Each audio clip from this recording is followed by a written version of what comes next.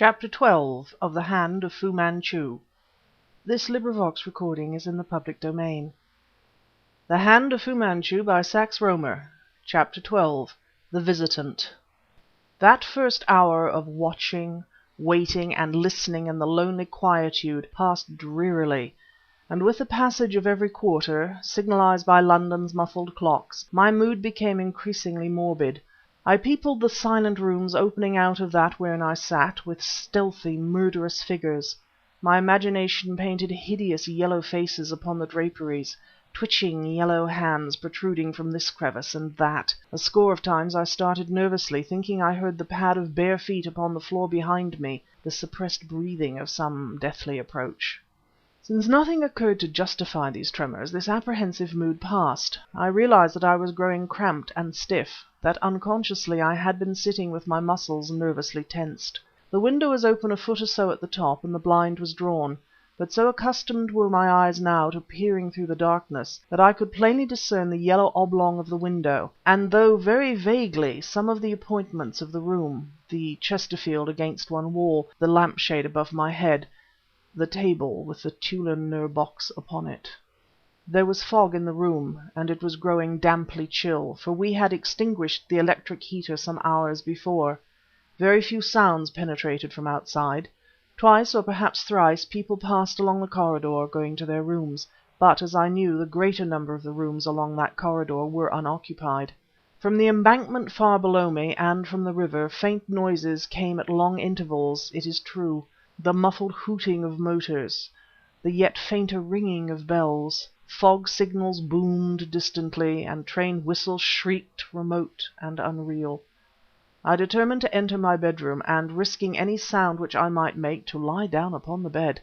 I rose carefully and carried this plan into execution. I would have given much for a smoke, although my throat was parched, and almost any drink would have been nectar. But although my hopes, or my fears of an intruder, had left me, I determined to stick to the rules of the game as laid down. Therefore I neither smoked nor drank, but carefully extended my weary limbs upon the coverlet, and telling myself that I could guard our strange treasure as well from there as from elsewhere, slipped off into a profound sleep. Nothing approaching in acute and sustained horror to the moment when next I opened my eyes exists in all my memories of those days. In the first place I was aroused by the shaking of the bed. It was quivering beneath me as though an earthquake disturbed the very foundations of the building. I sprang upright and into full consciousness of my lapse. My hands clutching the coverlet on either side of me, I sat staring at that which peered at me over the foot of the bed. I knew that I had slept at my post. I was convinced that I was now widely awake.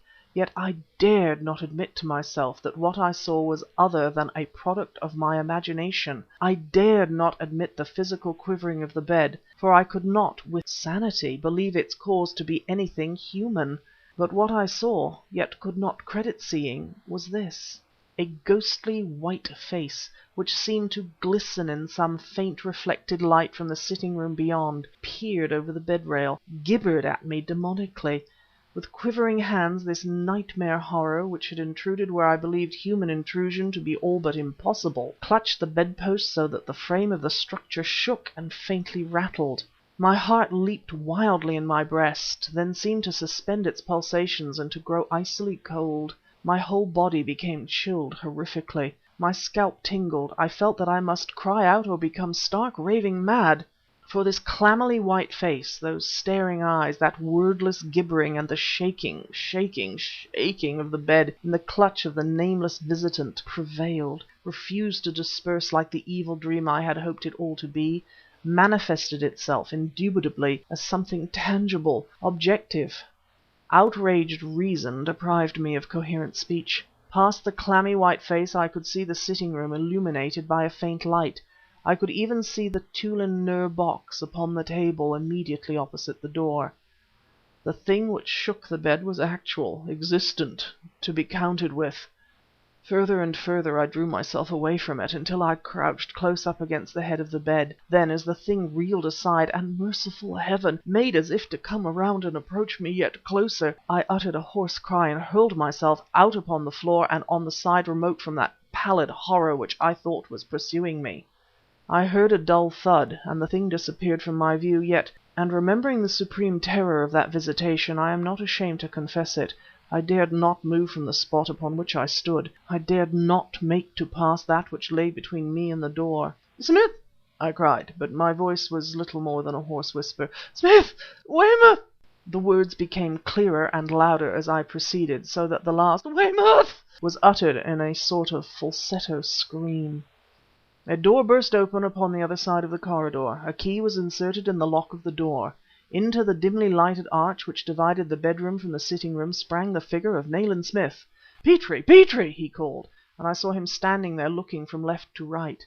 Then, ere I could reply, he turned, and his gaze fell upon whatever lay upon the floor at the foot of the bed.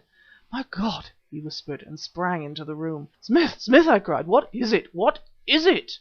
He turned in a flash, as Weymouth entered at his heels, saw me and fell back a step, then looked down again at the floor.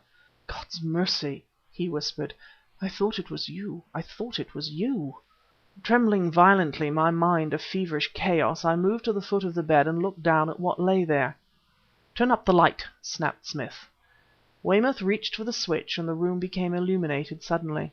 Prone upon the carpet, hands outstretched and nails dug deeply into the pile of the fabric, lay a dark-haired man having his head twisted sideways so that the face showed a ghastly pallid profile against the rich colorings upon which it rested. He wore no coat, but a sort of dark grey shirt and black trousers. To add to the incongruity of his attire, his feet were clad in drab-colored shoes, rubber-soled. I stood, one hand raised to my head, looking down upon him and gradually regaining control of myself. Weymouth, perceiving something of my condition, silently passed his flask to me, and I gladly availed myself of this. "How in heaven's name did he get in?" I whispered. "How indeed?" said Weymouth, staring about him with wondering eyes.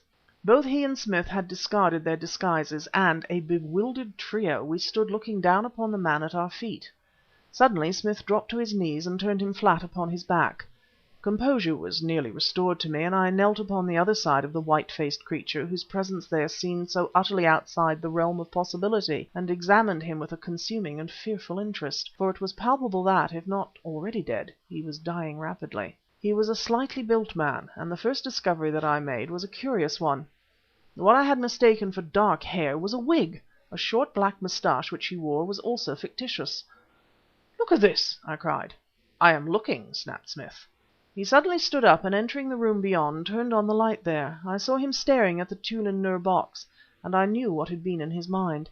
But the box, undisturbed, stood upon the table as we had left it. I saw Smith tugging irritably at the lobe of his ear, and staring from the box towards the man beside whom I knelt. "For God's sake, what does it mean?" said Inspector Weymouth in a voice hushed with wonder. "How did he get in? What did he come for? And what has happened to him?" "As to what has happened to him," I replied, "unfortunately I cannot tell you. I only know that unless something can be done, his end is not far off. Shall we lay him on the bed?" I nodded, and together we raised the slight figure and placed it upon the bed where so recently I had lain.